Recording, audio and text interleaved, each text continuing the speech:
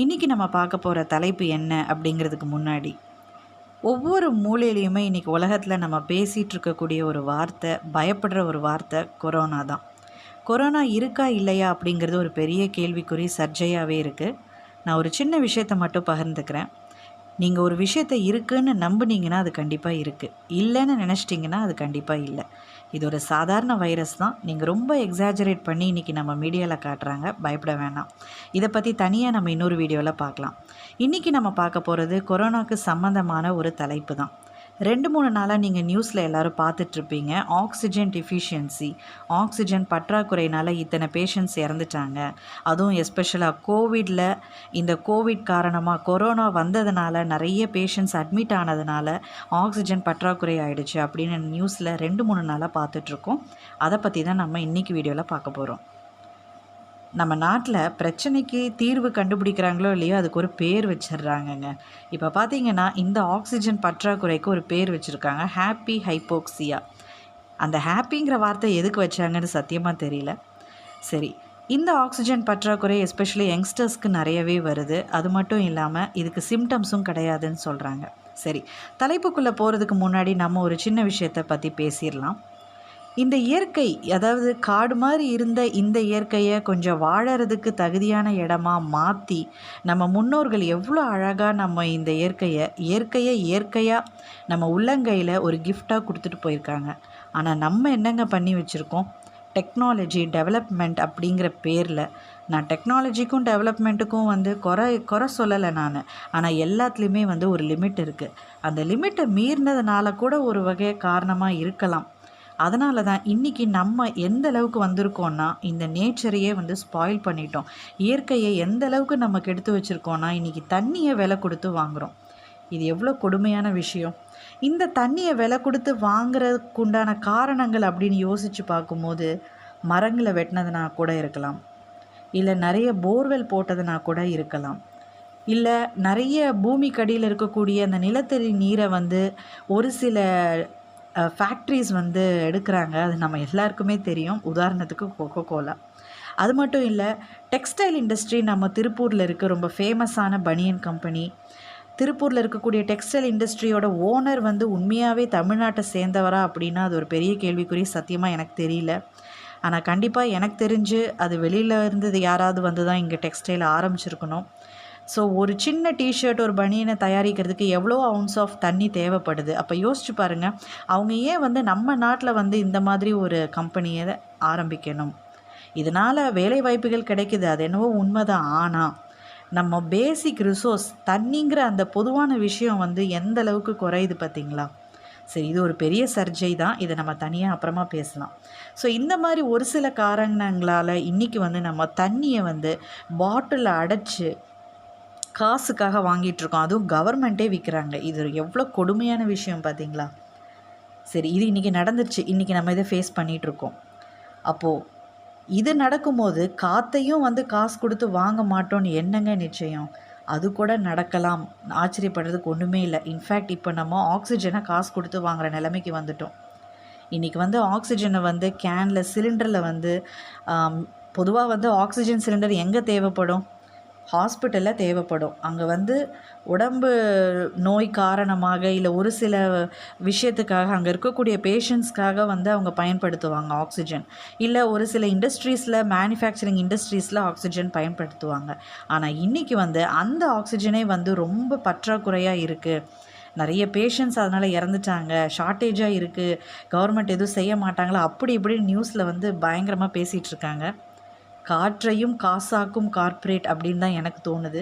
சரி, முதல்ல நம்ம ஆக்சிஜன்னா என்ன அப்படிங்கிறத பற்றி பார்த்துடலாம். ஆக்சிஜன் அப்படிங்கிறது ஓ அப்படிங்கிற அந்த சிம்பிளை நம்ம யூஸ் பண்ணுறோம். அதோட நம்பர் 8 அண்ட் அதோட அட்டாமிக் நம்பர், அட்டாமிக் மாஸ், இதெல்லாம் ரொம்ப கெமிஸ்ட்ரி டீட்டெயில்டாக போகும். நம்ம அதை பற்றிலாம் பார்க்க போகிறதில்ல. பொதுவாக மேலோட்டமாக ஒரு விஷயத்தை மட்டும் நம்ம பார்ப்போம். ஆக்சிஜன் அதிகமாக கிடைக்கக்கூடிய ஒரு தனிம வேதிப்பொருள். நம்ம இன்றைக்கி காற்றுல இருக்கக்கூடிய வாயுக்களில் பார்த்திங்கன்னா அதிகமாக இருக்கிறது நைட்ரஜன். நம்ம எல்லாருக்குமே தெரியும். நைட்ரஜனுக்கு அடுத்தபடியாக இருக்கிறது தான் இந்த ஆக்சிஜன். ஆக்சிஜன் ஒரு பேசிக் கெமிக்கல் எலமெண்ட். இதில் கலர்ஸ் எதுவும் இருக்காது, கலர் கிடையாது. இது கலர்லெஸ் கேஸ். இது காற்றுல இருக்கும். இது இல்லைன்னா நம்ம இல்லை. வெறும் மனுஷங்க மட்டும் இல்லை, செடி கொடிகள் விலங்குகள் எல்லாருக்குமே இது வேணும், ரொம்ப முக்கியம். ஆக்சிஜன் இல்லைன்னா நம்ம இல்லை அப்படிங்கிறது நம்ம எல்லாருக்குமே தெரிஞ்ச விஷயந்தான். இதை தாண்டி ஆக்சிஜன் எங்கெங்கெல்லாம் பயன்படுத்துகிறாங்க அப்படின்னா, இண்டஸ்ட்ரீஸில் பயன்படுத்துகிறாங்க, கமர்ஷியலுக்காக பயன்படுத்துகிறாங்க, மெடிக்கலில் பயன்படுத்துகிறாங்க, சில சயின்டிஃபிக் ரிசர்ச்காக பயன்படுத்துகிறாங்க. அது மட்டும் இல்லை, ஸ்டீல் தயாரிக்கிறதுக்காக அந்த இடத்துலையுமே வந்து ஆக்சிஜனை ஒரு சில ப்ராசஸ் பண்ணி பயன்படுத்துகிறாங்க.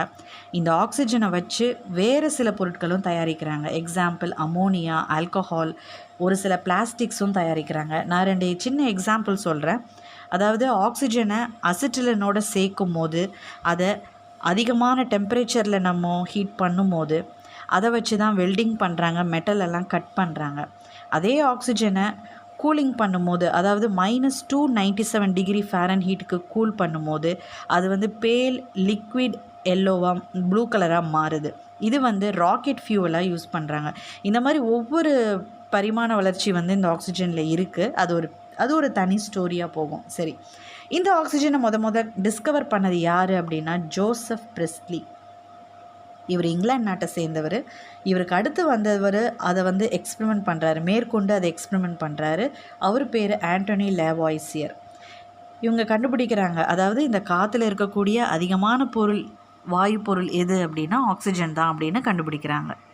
உலகத்திலேயே பார்த்திங்கன்னா மொத்தம் 5 கண்ட்ரீஸ் தான் வந்து ஆக்சிஜனை வந்து ரொம்ப பெரிய லெவலில் வந்து ப்ரொடியூஸ் பண்ணுறாங்க. அது யாருன்னா western Europe, Russia, US, eastern Europe, Japan. சரி, இந்த ஆக்சிஜனை எப்படி தயாரிக்கிறாங்க? இதுக்கு நிறைய மெத்தட்ஸ் இருக்குது, நிறைய மெட்டீரியல்ஸ் இருக்குது. அது எல்லாமே நம்ம ரொம்ப டீப்பாக பார்த்தோம் அப்படின்னா அது ரொம்ப டெக்னிக்கலாக போகும், கெமிஸ்ட்ரி ரிலேட்டடாக இருக்கும்.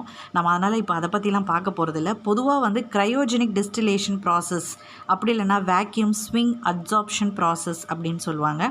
இந்த மெத்தடில் தான் வந்து ஆக்சிஜனை வந்து தயாரிக்கிறாங்க.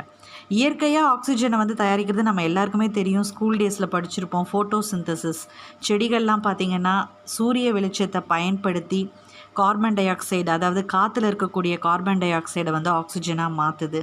நம்ம எல்லாருமே, அனிமல்ஸும் சரி நம்மளும் சரி, நம்மலாம் வந்து ரெஸ்பிரேஷன் மூலமாக நம்ம கார்பன் டை ஆக்சைடு ஆக்சிஜன் ஒரு ப்ராசஸ் வந்து பண்ணிகிட்ருக்கோம். ஸோ இது எல்லாமே நம்ம ஸ்கூல் டேஸில் படிச்சிட்டோம். சரி, இப்போது ஒரு சிலிண்டர் அப்படின்னு எடுத்துக்கிட்டோன்னா ஒரு சிலிண்டரில் 7100 லிட்டர் ஆக்சிஜனை வந்து ரொப்பலாம். ஒரு டேங்க் அப்படின்னு எடுத்துக்கிட்டோன்னா 1000 சிலிண்டரை நம்ம அதில் ஃபிட் பண்ணலாம். ஒரு நாளைக்கு 500லேருந்து 700 சிலிண்டர் தேவைப்படுதான். இது வந்து ஒரு சர்வே மாதிரி எடுத்திருக்காங்க, ஒரு குத்து மதிப்பாக அப்ராக்சிமேட்டாக இப்படி இருக்கும் அப்படின்னு சொல்லி எடுத்திருக்காங்க. ஸோ இன்றைக்கி இந்த ஒரு விஷயத்தில் தான் வந்து நம்ம பற்றாக்குறை ஏற்பட்டதுனால நிறைய பிரச்சனைகள் நம்மளை சுற்றி நடந்துக்கிட்டு இருக்குது. அதை தான் நம்ம இப்போ 1 by 1 பார்க்க போகிறோம். நம்ம முதல்ல பார்க்க போகிறது என்ன அப்படின்னா, அதாவது 2017 நம்ம யாருமே மறந்துருக்க மாட்டோம், கோரக்பூரில் 63 குழந்தைங்க இறந்துருக்காங்க. எதனால் அப்படின்னா ஆக்சிஜன் பற்றாக்குறையினால், ஆக்சிஜன் இல்லாததுனால. எவ்வளோ அசால்ட்டாக சொல்லியிருக்காங்களே ரிப்போர்ட்டில், 63 குழந்தைங்க ஆக்சிஜன் இல்லைன்னு இறந்துட்டாங்களாம். டாக்டர்ஸுங்கெல்லாம் வந்து கவர்மெண்ட்டை குறை சொல்கிறாங்க, ஆக்சிஜன் சிலிண்டர் சரியான நேரத்தில் எங்களுக்கு வந்து சேரலை. அவங்க கூட சிலிண்டரை வந்து மாற்றுறதுக்கு கொஞ்சம் டிலே ஆச்சுன்னா கூட மூச்சு திணறல் ஏற்பட்டுரும். ஸோ எங்கே தப்பு நடந்ததுன்னு சத்தியமாக யாராலையும் சொல்லவே முடியாது. ஏன்னா நம்ம அந்த இடத்துல இல்லை. நம்ம வேணால் யூகிக்கலாம், இப்படிலாம் நடந்திருக்கும் அப்படின்னு யூகிக்கலாம். அது மட்டும் இல்லை, வெஸ்ட் பெங்காலில் பார்த்திங்கன்னா பேஷண்ட்ஸ் நிறைய பேர் வந்து அவங்க உட்காந்துருந்த நிலையிலே இறந்துருக்காங்க. இது வந்து இப்போ ரீசெண்டாக வந்த நியூஸ், April 21 ரீசெண்டாக வந்த நியூஸ். அதாவது 24 மணி நேரமும் எல்லா நாட்களும் ஆக்சிஜன் சப்ளை ஹாஸ்பிட்டல்னால் கண்டிப்பாக இருக்கணும். ஆனால் ஏன் இந்த அளவுக்கு வந்து ஒரு லேட்டன்சி வந்ததுன்னு தெரியல. அது மட்டும் இல்லை, நாசிக்கில் வந்து ஆக்சிஜன் லீக் ஆனதுனால 24 பேர் இறந்துருக்காங்க. இந்த 24, 63 இதெல்லாம் வந்து நியூஸை பார்த்து நம்ம தெரிஞ்சுக்கிட்ட விஷயந்தான். ஆனால் உண்மையாகவே எத்தனை பேர் இறந்துருக்காங்க அப்படிங்கிறது அந்த சம்பவத்தில் நேரில் பார்த்தவங்களுக்கு தான் தெரியும்.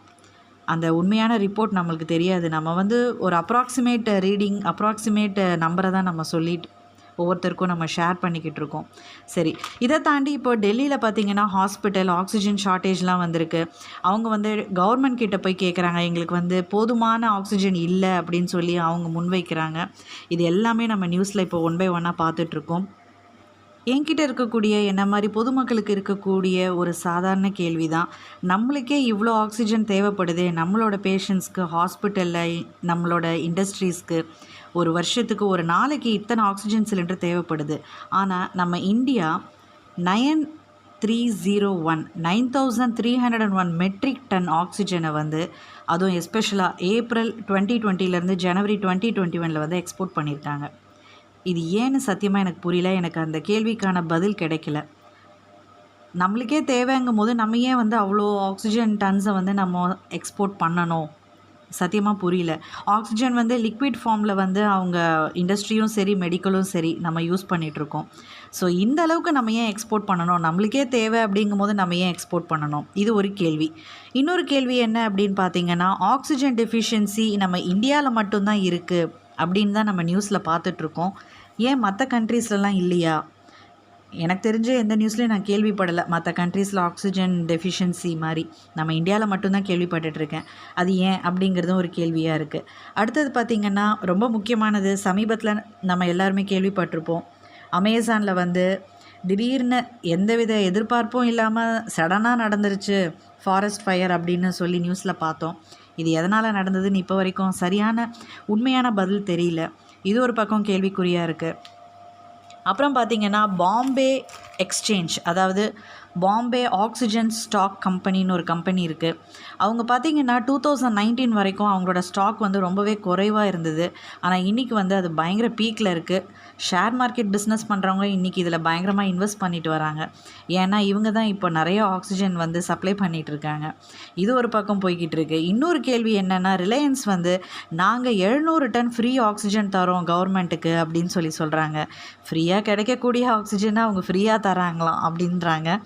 இன்னொரு பக்கம் வேதாந்தா ஸ்டெர்லைட், உங்களுக்கே தெரியும், தூத்துக்குடியில் 13 உயிர் வந்து அதை நான் காவு வாங்கின ஒரு சம்பவம் மறக்கவே முடியாது. இதை நம்ம தனியாக இன்னொரு வீடியோவில் பேசலாம். வேதாந்தா என்ன சொல்கிறாங்கன்னா, எங்களுக்கு வந்து பர்மிஷன் கொடுங்க, கம்பெனியை ஓப்பன் பண்ணுறதுக்கு பர்மிஷன் கொடுங்க, நாங்கள் இத்தனை டன் வந்து ஆக்சிஜன் தயாரித்து கவர்மெண்ட்டுக்கு ஃப்ரீயாக தரோம், ஆளாளுக்கு நாங்கள் கவர்மெண்ட்டுக்கு ஃப்ரீயாக தரோன்றாங்க. எல்லாத்தையும் சேர்த்து கூட்டி கழித்து பார்க்கும்போது ஏதோ ஒரு கணக்கு தப்பாக இடிக்குது.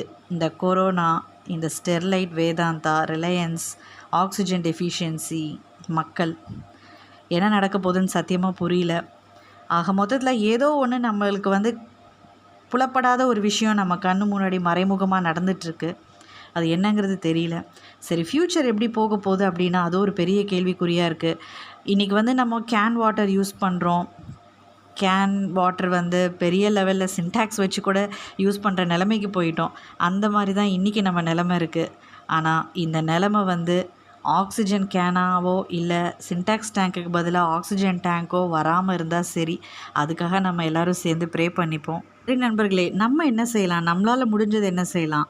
ஏதாவது ஒரு பர்த்டே பார்ட்டி ஆகட்டும், இல்லை மேரேஜ் ரிசப்ஷன் ஆகட்டும், நம்ம பாரம்பரியமாக செய்யக்கூடிய விஷயம் வந்து தேங்காய், வெத்தலை பாக்கு இதெல்லாம் செய்வோம். அதை தாண்டி ஒரு சின்னதாக மரக்கன்றை வந்து நம்ம ஃப்ரீயாக கொடுக்கலாம். இந்த மாதிரி சின்ன சின்ன ஈவெண்ட்ஸ் நடக்கும்போது நம்மளை சுற்றி நிறைய ஈவெண்ட்ஸ், ஒரு நாளும் நிறைய ஈவெண்ட்ஸ் நடக்குது. எல்லாருமே வந்து இதை முன்னெடுத்து அவங்க செய்யலாம். செஞ்சால் வந்து அதிகப்படியான மரங்களை நம்ம நடலாம். நம்ம எல்லாருக்குமே ரீசெண்டாக தெரியும், ஒரு வாரத்துக்கு முன்னாடி நடந்த ஒரு பயங்கரமான சம்பவம். நம்ம எல்லாருக்குமே பிடிச்ச நகைச்சுவை நடிகர் விவேக் சார் வந்து இறந்துட்டார். அவரை ரொம்ப பிடிச்ச இன்னொருத்தர் அவர் வந்து ஏபிஜே அப்துல் கலாம் ஐயா. இவங்க 2 பேருமே வந்து அவங்கவுங்க துறையில் அவங்க வந்து ஜெயிச்சிட்டாங்க. அதை தாண்டி அவங்க சமூகத்துக்காக நிறைய செஞ்சுருக்காங்க. சமூக விழிப்புணர்வுக்காக நிறைய பாடுபட்டிருக்காங்க. இன்ஃபேக்ட் வந்து க்ரீன் கலாம் ப்ராஜெக்ட் அப்படிங்கிற ஒரு விஷயத்தை வந்து முன்னெடுத்து நிறைய மரங்களை நடணும்னு சொல்லி அவரோட கனவை வந்து விவேக் ஐயா வந்து நிறைவேற்றணும்னு சொல்லி அவரும் ஆரம்பித்தார். சக்ஸஸ்ஃபுல்லாக 33 லட்சம் மரங்களை நட்டினார். ஆனால் அவரோட உயிரும் வந்து போயிடுச்சு. ஸோ இந்த மாதிரி நல்லவங்களாம் நம்மளை விட்டு போயிட்டே இருக்காங்க. ஸோ யங்ஸ்டர்ஸ் இவங்களோட அந்த கனவை வந்து நினைவாக்கணும். நம்ம வந்து வாய்ப்பு கிடைக்கும் போதெல்லாம் மரங்களை நடணும். அது மட்டும் இல்லை, அதிகப்படியான அவுட் சைடு வெளிக்காற்றை வந்து நம்ம சுவாசிக்கணும். அப்போ தான் வந்து ஓரளவுக்கு இம்யூன் பவர் நம்மளுக்கு வரும். நம்மளை சுற்றி மரங்களை நடணும். டைம் கிடைக்கும் போது மரங்கள் பக்கத்தில் போய் நம்ம டைமை ஸ்பெண்ட் பண்ணணும். ஸோ இந்த மாதிரி சின்ன சின்ன விஷயங்களை செஞ்சால் ஓரளவுக்கு நம்ம வந்து அந்த ப்ரீதிங் பிரச்சனை, சுவாச பிரச்சனையிலேருந்து நம்ம தப்பிக்கலாம். ஸோ இதுதான் வந்து இன்றைக்கி நம்ம பார்த்த வீடியோ. அடுத்த வீடியோவில் நம்ம வேறு இம்பார்ட்டண்ட்டான இஷ்யூ டாபிக் எடுத்து பார்க்கலாம். நன்றி.